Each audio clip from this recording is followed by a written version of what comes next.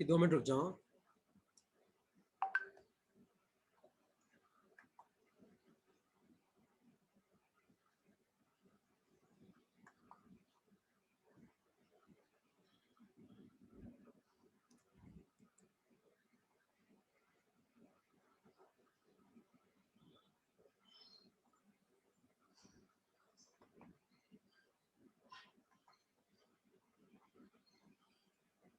दो मिनट रुक जाओ, चालू करते हैं हम लोग ना, एक दो लोग और आ रहे हैं।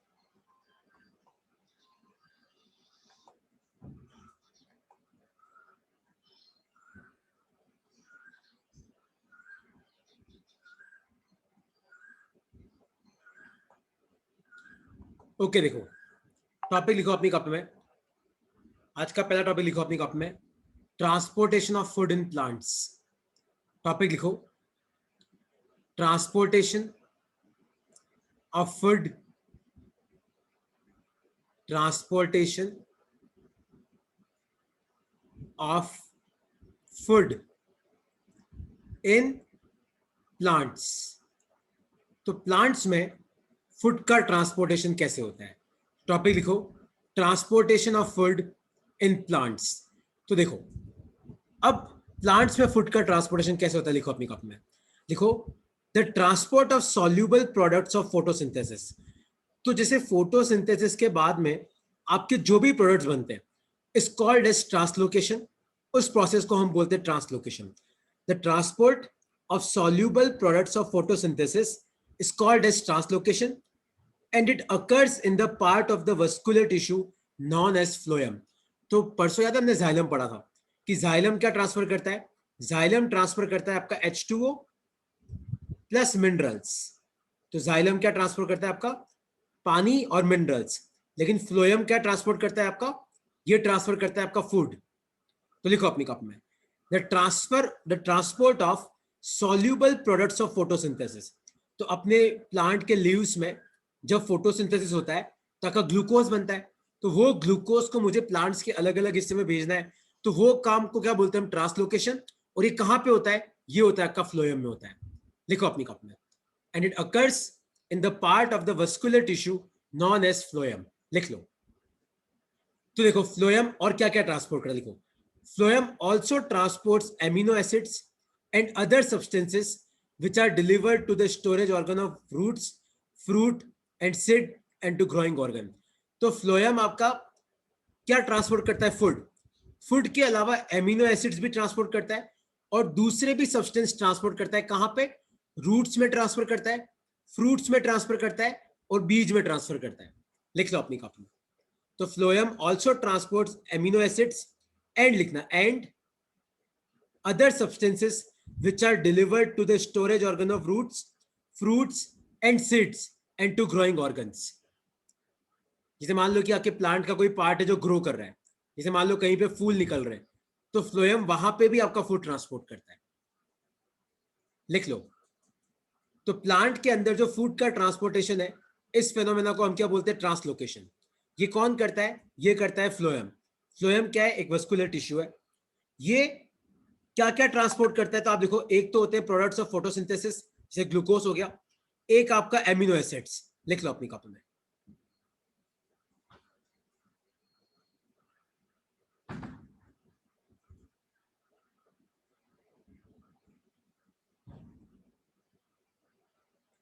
लिख लो।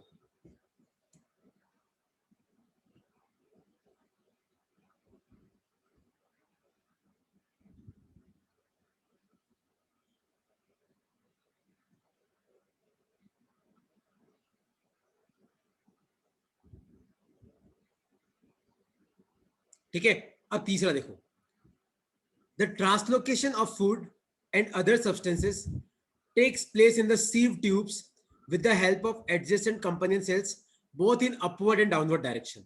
अब इस लाइन का मतलब क्या है, अब तुम्हें देखो इस लाइन का मतलब समझना है। देखो, अब इस लाइन का तुम्हें मतलब समझना है। देखो, ये आपका जाइलम है और ये आपका फ्लोएम है। तो एक आपका जाइलम टिश्यू है, एक आपका फ्लोएम है। देखो, तो जाइलम में क्या होता है, खाली आपका अपवर्ड मूवमेंट होता है, पानी का और मिनरल्स का। लेकिन फ्लोएम में क्या होता है, देखो, अपवर्ड मूवमेंट भी है और डाउनवर्ड मूवमेंट भी है। और ये जो तुम्हें दिख रहा है ना, ये आपकी सीव ट्यूब्स होती हैं। ये क्या होती है आपकी सीव ट्यूब्स।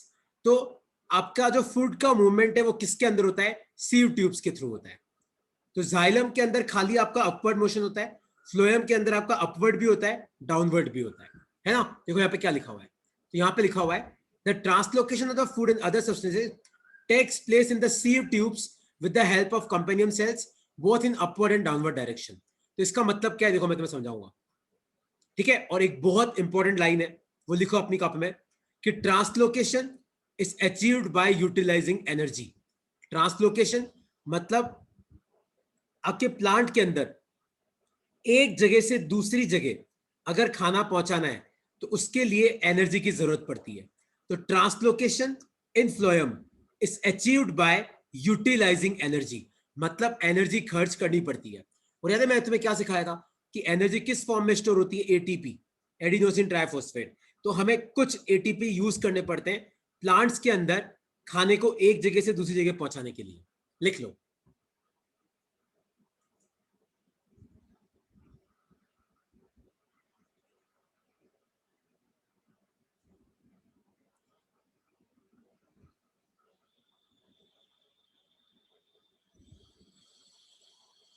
लिख लो कि आपका फ्लोएम टिश्यू क्या काम करता है। तो फ्लोएम का काम क्या है, खाने को एक जगह से दूसरी जगह पहुंचाना। इस फेनोमेना को क्या बोलते हैं, ट्रांसलोकेशन। ट्रांसलोकेशन में एनर्जी की जरूरत पड़ती है, जो अपने को कहां से मिलती है, अपन एटीपी मॉलिक्यूल्स को यूज कर लेते हैं थोड़े बहुत, ताकि खाना एक जगह से दूसरी जगह पहुंचाया जा सके। और फ्लोएम क्या क्या पहुंचाता है, आपके फोटोसिंथेसिस के प्रोडक्ट्स और आपके एमिनो एसिड्स कहां पहुंचाता है, रूट्स में, फ्रूट्स में और सीड्स में, और प्लांट के अगर कोई दूसरे ग्रोइंग ऑर्गन है वहां पे भी।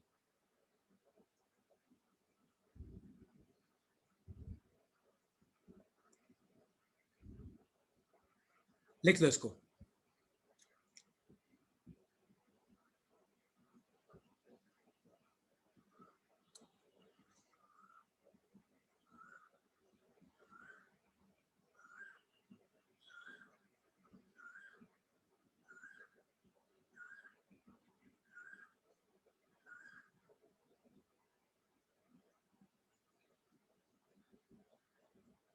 ठीक है, अब देखो एक चीज तुम ध्यान से सुनो।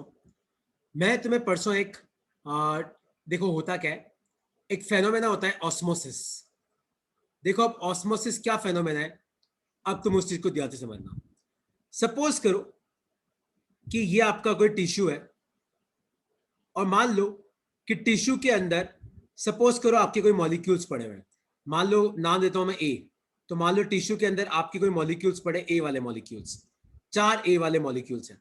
और मान लो कि इस टिश्यू के अंदर क्या पड़े हुए हैं, आपके 4 ए मॉलिक्यूल्स पड़े हुए हैं, ए ए ए ए। और मान लो टिश्यू के अंदर थोड़ा बहुत पानी है, और मान लो बाहर भी पानी है। अब देखो यहां पे एक चीज है, टिश्यू के अंदर तो आपकी कंसंट्रेशन ज्यादा है, क्योंकि देखो 4 ए मॉलिक्यूल्स हैं, पर टिश्यू के बाहर तो आपके ए मॉलिक्यूल्स है ही नहीं, तो कंसंट्रेशन कम है। तो इस कंसंट्रेशन को बराबर करने के लिए क्या होता है, आपका पानी टिश्यू के अंदर चला जाता है। पानी कहां पे जाता है, टिश्यू के अंदर। तो इसको बोलते हैं अपन ऑस्मोसिस। तो ऑस्मोसिस का मतलब क्या है कि एक तरफ कंसंट्रेशन ज्यादा है, एक तरफ कंसंट्रेशन कम है। तो वाटर मूव करके कहां गया, टिश्यू के अंदर गया। वाटर मूव करके कहां गया, टिश्यू के अंदर गया। क्यों गया, क्योंकि कंसंट्रेशन डिफरेंस है। और मान लो कि यहां पे आपका एक और जगह है, यहां पे आपका एक और जगह, यहां पे मान लो बिल्कुल भी ए नहीं है। तो ऐसा हो सकता है, देखो अब यहां पे ए है लेकिन यहां पे नहीं है। तो कंसंट्रेशन को बराबर करने के लिए मान लो आपका ए यहाँ पे बाहर की तरफ मूव कर गया, तो यहाँ पे आपका क्या आ गया, यहाँ पे आपका ए आ गया। तो बेसिकली ऑस्मोसिस की मदद से क्या हुआ, आपके इन ए मॉलिक्यूल्स को मैंने इस जगह ट्रांसफर कर दिया। तुम्हें समझ में आया। देखो अब यहाँ पे क्या लिखा हुआ है, पढ़ो इस जगह क्या लिखा हुआ है, देखो पढ़ो कि material like sucrose is transferred into phloem tissue. तो अपन क्या करते हैं, जो अपना फ्लोएम टिश्यू है इसके अंदर अपन सुक्रोस डाल देते हैं, अंदर सुक्रोस डाल दिया यूजिंग एनर्जी फ्रॉम एटीपी। मैंने तुम्हें क्या बताया, ट्रांसलोकेशन के लिए अपने को एनर्जी की जरूरत पड़ती है, तो अपन एटीपी मॉलिक्यूल यूज करते हैं। This increases the osmotic pressure of the tissue causing water to move into it. तो जैसे ही देखो क्या हुआ, देखो मैं तुम्हें समझाता हूं। देखो तो basically 1 second, just give me 1 second. तो बेसिकली देखो यहाँ पे हुआ क्या, तो ये फ्लोएम है, PHLOEM। मैंने इसके अंदर सुक्रोज डाल दिया। तो जैसे ही मैंने फ्लोएम टिश्यू के अंदर सुक्रोज डाला, तो बाहर पानी है, अंदर पानी कम है। तो यहां का पानी कहां आ जाएगा, अंदर आ जाएगा, ताकि फ्लोएम के अंदर पानी आ गया क्योंकि कंसंट्रेशन डिफरेंस है। अब मान लो कि यहां पे कोई सेल है जिसको सुक्रोज की जरूरत है, तो यहां पे अंदर सुक्रोज नहीं है लेकिन यहां पे सुक्रोज है, तो मान लो फिर सुक्रोज डिफ्यूज होकर कहां पे आ जाएगा, यहां पे आ जाएगा, इस जगह आपका सुक्रोज आ जाएगा। तो इस तरीके से फ्लोएम क्या करता है, खाने को ट्रांसफर करता है with the help of osmosis. तो देखो यहाँ पे क्या लिखा है, पढ़ो कि material like sucrose is transferred into phloem tissue using energy from ATP. तो अपन ने सुक्रोज को किसको दे दिया, फ्लोएम को दे दिया। This increases the osmotic pressure of the tissue causing water to move inside it. याद है अभी क्या हुआ था, अंदर सुक्रोज था, बाहर नहीं था, पानी अंदर आ गया। This pressure moves the material in the phloem to tissue which have less pressure.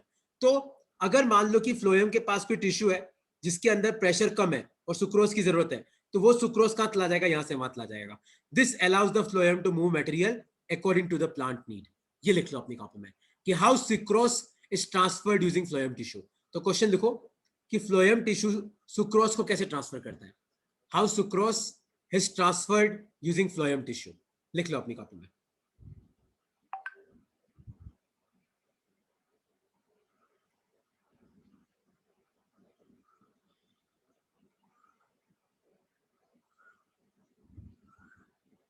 लिख लो। सर सुक्रोज क्या होता है? एक तरीके का, जैसे ग्लूकोज होता है ना अपना, तो ये एक तरीके का कार्बोहाइड्रेट ही है। सुक्रोज, लैक्टोज, ग्लूकोज, ये सब एक तरीके के कार्बोहाइड्रेट्स हैं।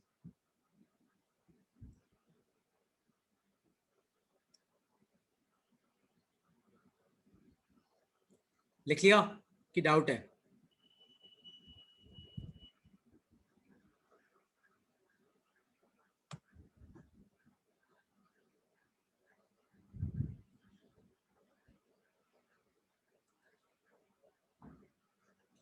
ठीक है, तो बस ये एग्जांपल लिख लो एक इसका। तो एग्जांपल है ये इसका कि in the spring sugar stored in the root or stem tissue would be transported to the buds which needs energy to grow।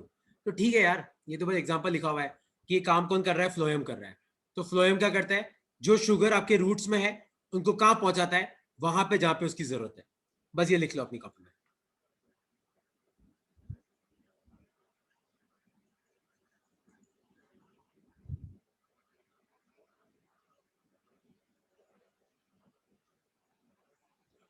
Okay, किसी को इस स्लाइड में कोई डाउट हो तो पूछो यार।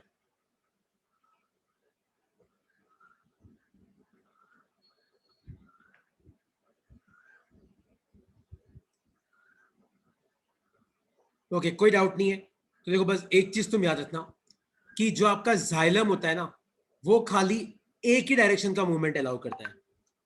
जो आपका जाइलम टिश्यू होता है ना, वो खाली एक ही डायरेक्शन में मूवमेंट अलाउ करता है, अपवर्ड। लेकिन जो आपका फ्लोएम वेसल है वो अपवर्ड मूवमेंट भी अलाउ करता है और डाउनवर्ड भी अलाउ करता है। ये तुम याद रखना, ठीक है। टू वे फ्लो, तो जाइलम में वन वे फ्लो, फ्लोएम में टू वे फ्लो। और याद है एक और एग्जांपल क्या था, एक और डिफरेंस क्या था, जाइलम क्या ट्रांसफर करता है, वाटर, मिनरल्स। फ्लोएम का ट्रांसफर करता है फूड। और एक और डिफरेंस याद है क्या था, xylem no use of energy. तो जाइलम को एनर्जी का यूज नहीं लगता है, डिफ्यूजन से पानी अपने ऊपर भाग जाता है। लेकिन phloem use energy to transport food, use energy to transport food. लिख लो। तो कम से कम तीन डिफरेंस तुम लोगों को याद रखने पड़ेंगे। तो जाइलम क्या करता है, वन वे होता है, फ्लोएम टू वे, तो आपका ऊपर भी जा सकता है नीचे भी आ सकता है। जाइलम क्या ट्रांसफर करता है, वाटर और मिनरल्स। फ्लोएम फूड ट्रांसफर करता है, मतलब products of photosynthesis. Xylem no use of energy, ये एनर्जी का यूज करता ही नहीं है। Phloem use energy to transport food, ये एनर्जी का यूज करता है। लिख लो। कोई डाउट है स्लाइड में तो आप पूछ सकते हो यार, मैं आगे बढ़ रहा हूं।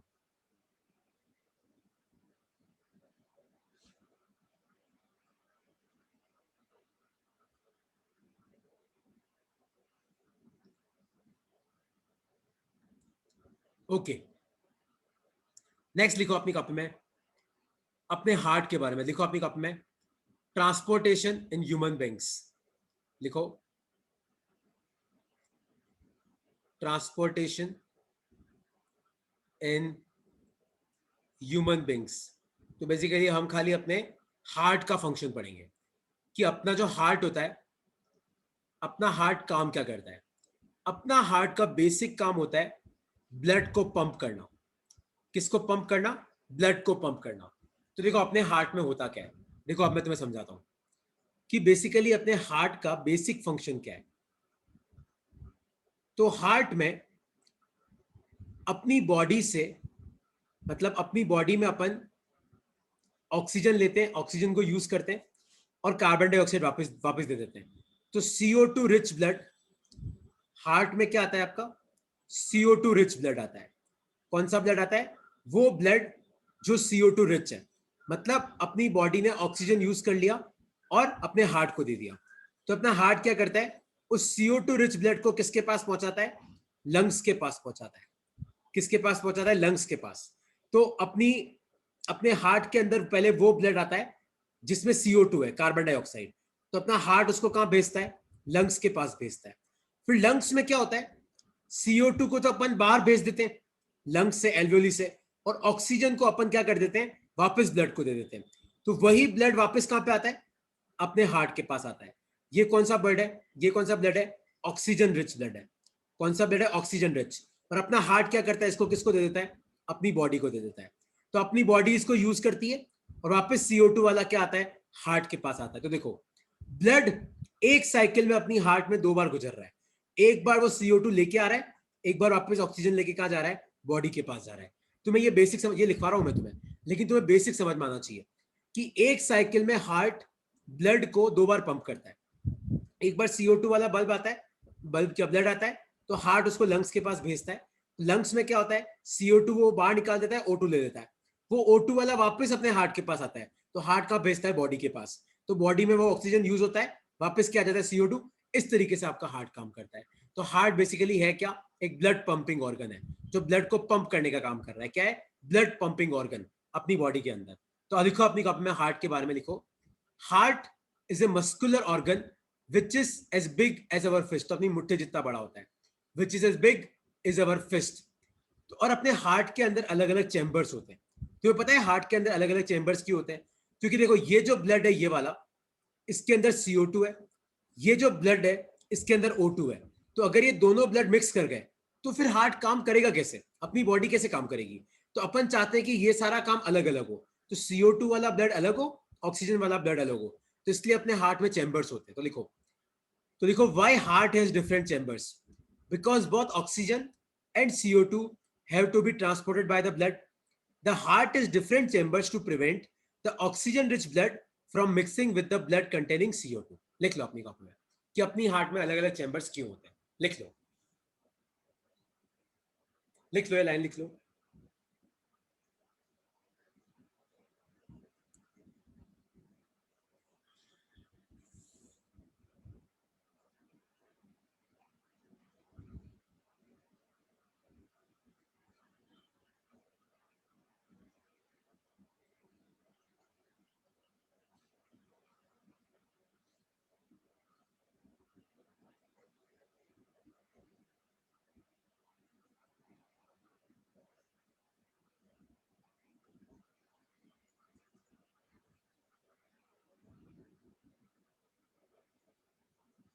लिख लिया?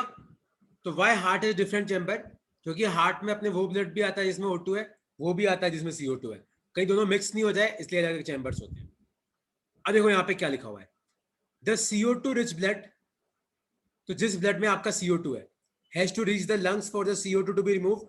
तो जिस ब्लड में CO2 है, उस ब्लड को अपन लंग्स के पास भेजते हैं ताकि वो CO2 निकाल दे, ऑक्सीजन ले ले। And the oxygenated blood from the lungs has to be brought back to the heart. This oxygen rich blood is then pump to the rest of the body. तो लिखो अपनी कॉपी में function of heart. Topic लिखो function of heart. तो आपके heart का function क्या है वो लिखो अपनी कॉपी में।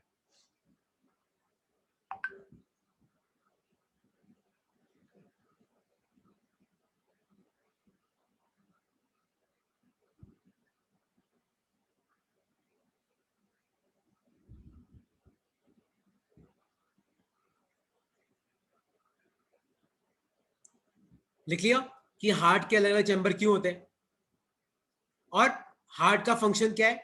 हार्ट का फंक्शन ये कि जो CO2 रिच ब्लड है उसको तो अपन कहां भेजते? लंग्स के पास भेजते। और लंग्स से जो O2 रिच ब्लड आता है उसको बॉडी के पास भेजते हैं। ठीक है, कोई डाउट है किसी को इसमें तो पूछो यार।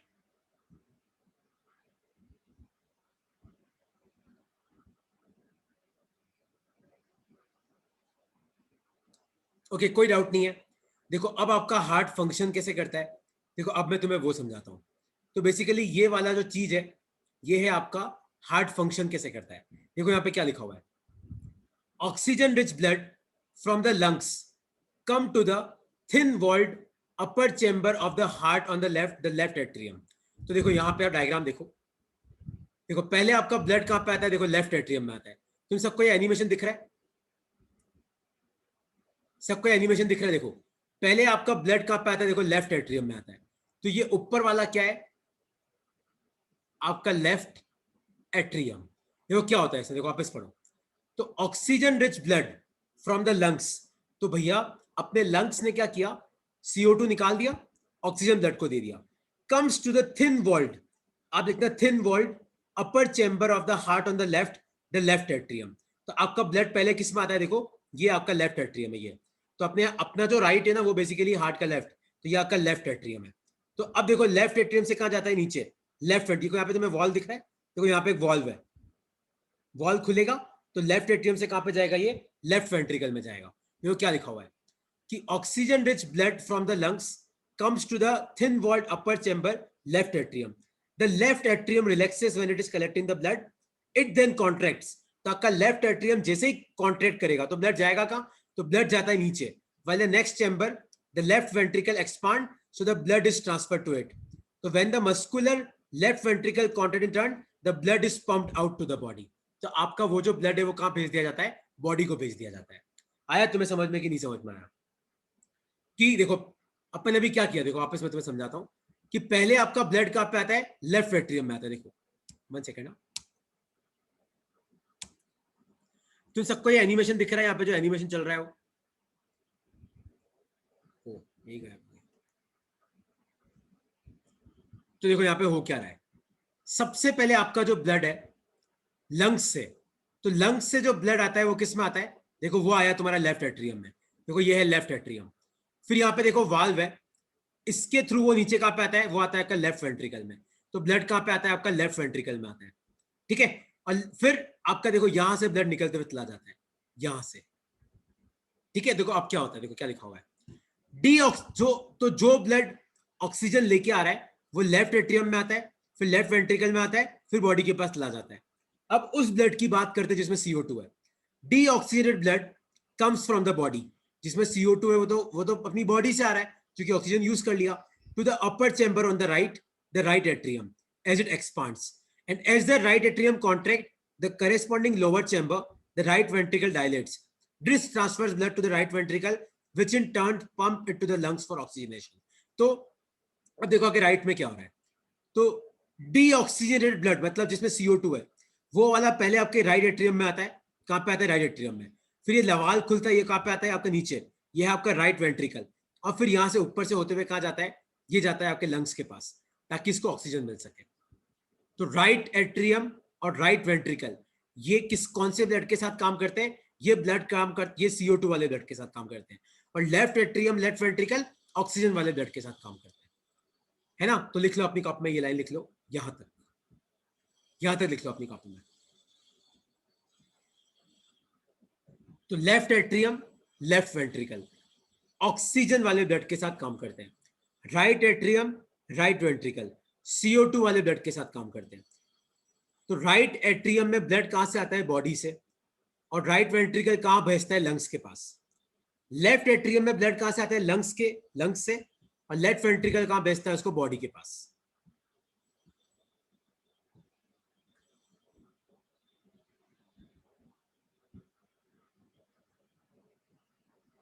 लिख लो इसको।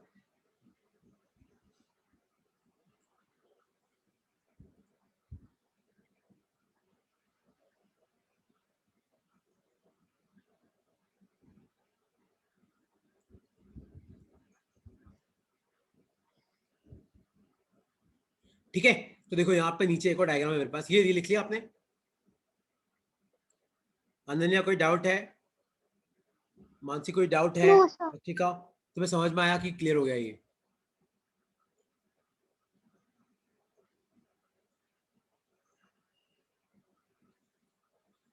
देखो यहाँ पे नीचे ये लिख लो तुम यार यहाँ तक।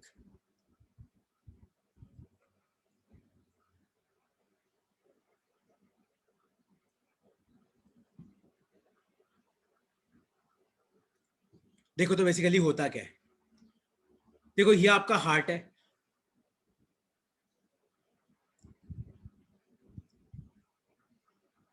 ये आपके लंग्स हैं, और ये आपकी बॉडी है नीचे वाली। नीचे वाली क्या है, आपकी बॉडी है। देखो आपकी बॉडी से जो ब्लड आ रहा है, आपकी बॉडी से जो ब्लड आ रहा है, ये आपका CO2 रिच ब्लड है। तो ये CO2 रिच ब्लड कहां पे जाता है, देखो यहां पे आपका क्या है, राइट एट्रियम। तो राइट एट्रियम में ब्लड कहां से आता है, देखो यहां लिखा हुआ है वेना कावा, तो याद रखना। और फिर ये जाता है तुम्हारा राइट वेंट्रिकल में। फिर यहां से होते हुए देखो ये आपका पल्मोनरी आर्टरी है, तो पल्मोनरी आर्टरी से होते हुए लंग्स में जाता है, तो ये आपका CO2 रिच ब्लड है। फिर लंग्स से जो ब्लड बाहर निकलता है वो आपका ऑक्सीजन रिच है, ये आपका पल्मोनरी वेन है। तो पल्मोनरी वेन से कहां पे आता है, लेफ्ट एट्रियम में। फिर ये आपका लेफ्ट वेंट्रिकल है। फिर देखो ये एओर्टा के थ्रू होते हुए वापस कहां पे जाता है, बॉडी के पास। तो बॉडी इस ऑक्सीजन रिच ब्लड को यूज करती है, वापस इसमें क्या आ जाता है, CO2 आ जाता है। ठीक है, तो जो आपका एओर्टा है वो ब्लड कहां पे भेजता है, बॉडी के पास भेजता है। जो वेना कावा है वो ब्लड को लेके आता है वापस हार्ट के पास। आर्टरीज जो है वो ब्लड को लंग्स के पास भेजती है, और लंग्स से वापस ब्लड को लेके कौन आता है, आपका पल्मोनरी वेन। तो वेन्स ब्लड को लेके आती है, आर्टरीज ब्लड को लेके जाती है। लिख लो ये पूरा डायग्राम अपनी कॉपी में। तो आप इसको ऐसे बना लो, lungs, heart, body, lungs, heart और बॉडी। तो देखो हो क्या रहा है यहां पे, तो बेसिकली बॉडी से हार्ट के अंदर आता है आपका CO2 रिच ब्लड, और यहां पे किसके थ्रू आता है, यहां पे होता है आपका वेना कावा। तो आपका हार्ट क्या करता है, इस ब्लड को भेजता है लंग्स के पास। कहां भेजता है, लंग्स के पास। यहां पे क्या होता है, आपकी आर्टरी। आपका लंग्स, इसमें CO2 है, आपका लंग क्या करता है, इसमें O2 भर देता है, और ये वेन्स के थ्रू किस में आता है, वापस हार्ट में आता है। और अपना हार्ट क्या करता है, इसको वापस कहां भेजता है, बॉडी के पास भेजता है। तो ये आपका O2 रिच ब्लड है, और यहां पे आपका एओर्टा है। तो जो ब्लड को लेके जाता है आर्टरी लंग्स के पास, और लंग्स से ब्लड किस में होते हुए आता है, वेन्स में लेके आता है, वेन्स में होते हुए आता है। तो आर्टरी क्या करती है, ब्लड को लेके जा रही है लंग्स के पास। वेन्स क्या कर रही है, वापस ब्लड को हार्ट के पास लेके आ रही है।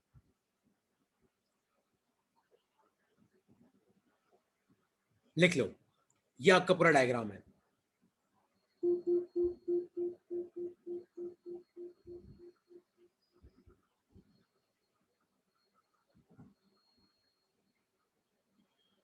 कोई डाउट है इसमें तो पूछो यार।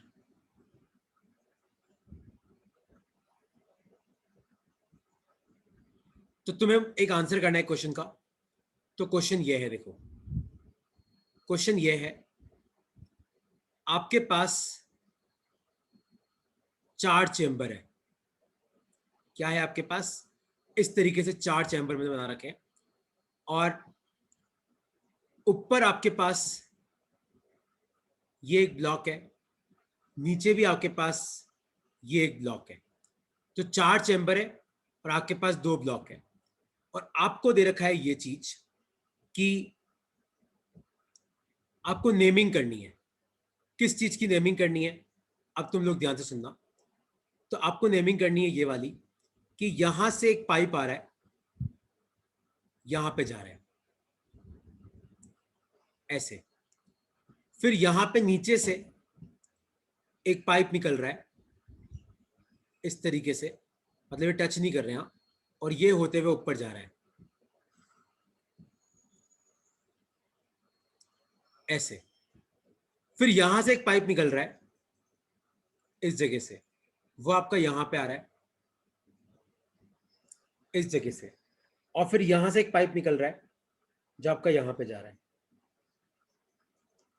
तो आपको इन सबका नाम देना है कि इन सबका नाम क्या है। ये तुम्हारा होमवर्क है। देखो 1 2 मतलब इस पाइप का नाम, 3 मतलब इसका नाम, 4 मतलब इसका नाम, 5 मतलब इसका नाम, 6 मतलब इसका नाम, 7 8 9 10। आपको इन सब की नेमिंग करनी है।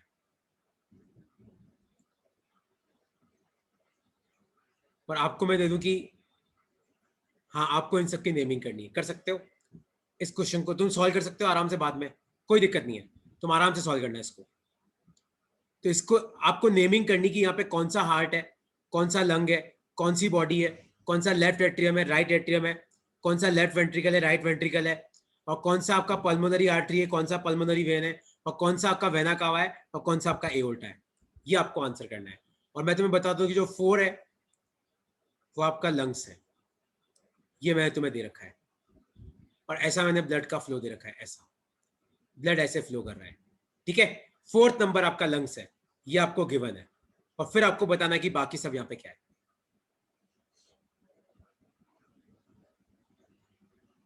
ठीक है, ये स्लाइड में तुम्हें भेजूंगा, तुम देख के कर लेना।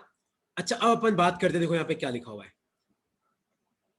देखो, since ventricles have to pump blood into various organs, they have thicker muscular walls than the atria do. देखो होता क्या है कि आपका कोई भी ऑर्गन होता है ना, तो उस ऑर्गन में एक ब्लड जाता है, एक ब्लड निकल के आता है। तो आपका जो पार्ट ब्लड को लेके जाता है, देखो उसको पंप करना पड़ेगा।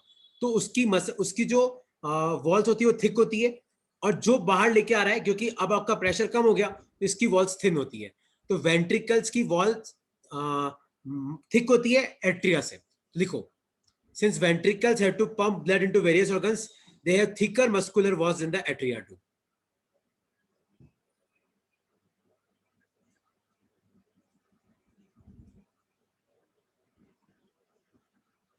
तो एक आपका एट्रियम होता है, एक आपका वेंट्रिकल होता है। तो एक तो ब्लड को लेके आता है, एक ब्लड को वापस पंप करता है। तो एट्रियम में ब्लड आता है, वेंट्रिकल ब्लड को पंप करता है। तो जो ब्लड को पंप करता है, यार ब्लड को पंप करने तो आपको हाई प्रेशर लगाना पड़ेगा। हाई प्रेशर से तो आपका वेंट्रिकल फट भी सकता है, तो इसलिए इसकी मस्कुलर वॉल्स थिक होती है। और जहां पे ब्लड आता है, और जो ब्लड आ रहा है यार, वो तो वैसे ही आपका उसमें प्रेशर तो कम ही है, तो इसकी वॉल्स थिन होगी तो भी चलेगा। तो वेंट्रिकल्स की वॉल थिक होती है एट्रिया से। ठीक है, और वॉल्स का काम क्या है, लिखो अपनी कॉपी में, function of valves. Function of valve. तो वॉल्व ये इंश्योर करते हैं कि आपका ब्लड वापस पीछे की तरफ नहीं चला जाए। जैसे आपका एट्रिया से वेंट्रिकल में आता है, कहीं वेंट्रिकल से ऊपर नहीं चला जाए। Does not flow backwards when the atria और वेंट्रिकल्स कॉन्ट्रैक्ट। लिख लो, ये तुम्हारा हार्ट का फंक्शन है। लिख लो अपनी कॉपी में। Excuse me sir. Yes. Sir जब डीऑक्सीजनेटेड ब्लड ऑर्गन से हार्ट में जाता है सर, उनको प्रेशर कौन देता है? डीऑक्सीजनेटेड ब्लड ऑर्गन, वो तो अपने आप ही जब जाता है ना, ऑर्गन से अपने आप ही जाता है ना। देख होता क्या है कि सर, तेरा जो, उनको भी फ्लो करने के लिए प्रेशर हाँ तो हाँ, चाहिए ना। तेरा जो हार्ट है ना, तो बेसिकली अपना हार्ट जब किसी ब्लड को बॉडी की तरफ भेजता है, तो अपना हार्ट उस ब्लड को इतना एनर्जी देता है कि वो पूरी बॉडी में घूम के वापस हार्ट तक आ सके। लेकिन जैसे ही वो ब्लड वापस हार्ट तक पहुंचता है, तब तक उसकी पूरी एनर्जी करीबन करीबन खत्म हो चुकी होती है।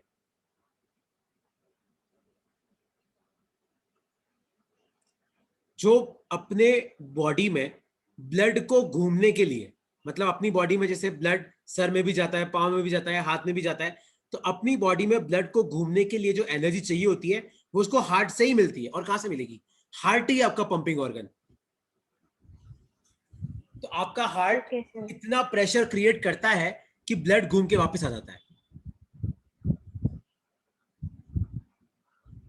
ठीक है, अच्छा देखो, ये हो गया अपना काम। नेक्स्ट लिखो अपनी कॉपी में। अच्छा, तो अपने हार्ट में, जैसे मैंने तुम्हें क्या सिखाया कि जो चैम्बर्स है उनके अंदर सेपरेशन होता है। तो सेपरेशन का फायदा क्या है? देखो, तो लिखा हुआ है कि the separation of the right side and the left side of the heart is useful to keep oxygenated and deoxygenated blood from mixing. तो अपने जो left atrium, right atrium, left ventricle, right ventricle, जो भी है, इनके बीच में separation क्यों होता है? ताकि आपका ऑक्सीजन रिच ब्लड कहीं CO2 वाले के साथ मिक्स नहीं हो जाए। Such separation allows a highly efficient supply of oxygen to the body. तो जिसे अगर मान लो कोई ब्लड आपके लेफ्ट वेंट्रिकल से निकल रहा है, तो वो उसमें ऑक्सीजन की मात्रा बहुत ज्यादा होगी, क्योंकि ये ब्लड कहीं पे भी CO2 वाले ब्लड के साथ कांटेक्ट में आया ही नहीं. तो this is useful in animals that have high energy needs, such as birds and mammals which constantly use energy to maintain their body temperature. जैसे अपन, तो अपनी बॉडी को कॉन्स्टेंटली एनर्जी की जरूरत पड़ती है. और अपनी बॉडी को एनर्जी कहां से मिलती है, आपको पता है? अपनी बॉडी को एनर्जी कहां से मिलती है? जब आपका ऑक्सीजन बॉडी को मिलता है, क्योंकि ये ऑक्सीजन C6H12O6 के साथ जाता है और फिर अपन एटीपी बनाते हैं, और उस एटीपी से अपने को एनर्जी मिलती है. तो अपनी बॉडी को अगर कॉन्स्टेंटली एनर्जी चाहिए, तो अपनी बॉडी को कॉन्स्टेंटली ऑक्सीजन की जरूरत पड़ती है. तो कॉन्स्टेंटली ऑक्सीजन अपने को कहां से मिलता है? अपने ब्लड से. तो इसलिए अपन चाहते हैं कि अपना ब्लड उस ब्लड के साथ मिक्स नहीं हो जाए जिसमें CO2 है. ठीक है. और कुछ आपके एम्फीबियन है, रेप्टाइल्स हैं, उनके 3 चैम्बर हार्ट होते हैं और उसमें थोड़ी बहुत मिक्सिंग होती है.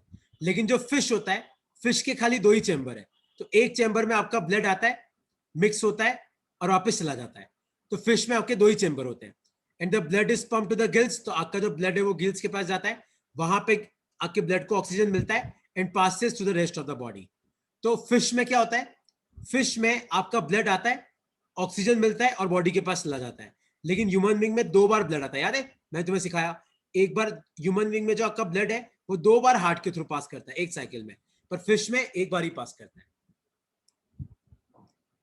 तो अपनी बॉडी में डबल सर्कुलेशन है. तो blood goes through the heart twice during each cycle in vertebrates. This is known as double circulation. तो फिश में सिंगल सर्कुलेशन होता है, अपनी बॉडी में डबल सर्कुलेशन होता है. लिख लो. नेक्स्ट क्लास में अपना चैप्टर खत्म हो जाएगा, लाइफ प्रोसेसेस.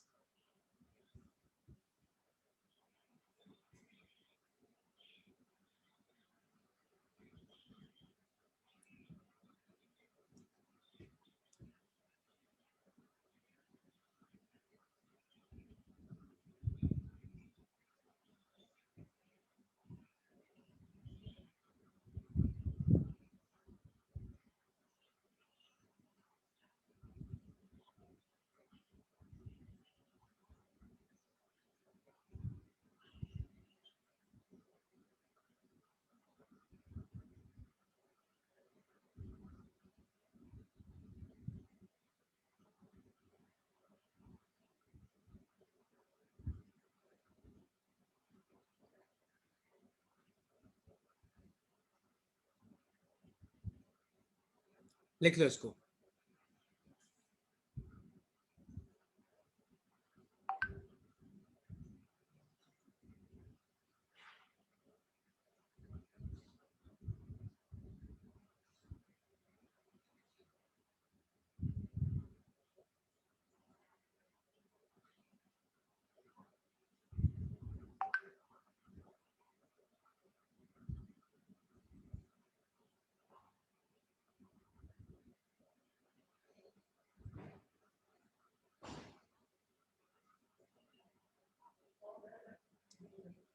ओके यार.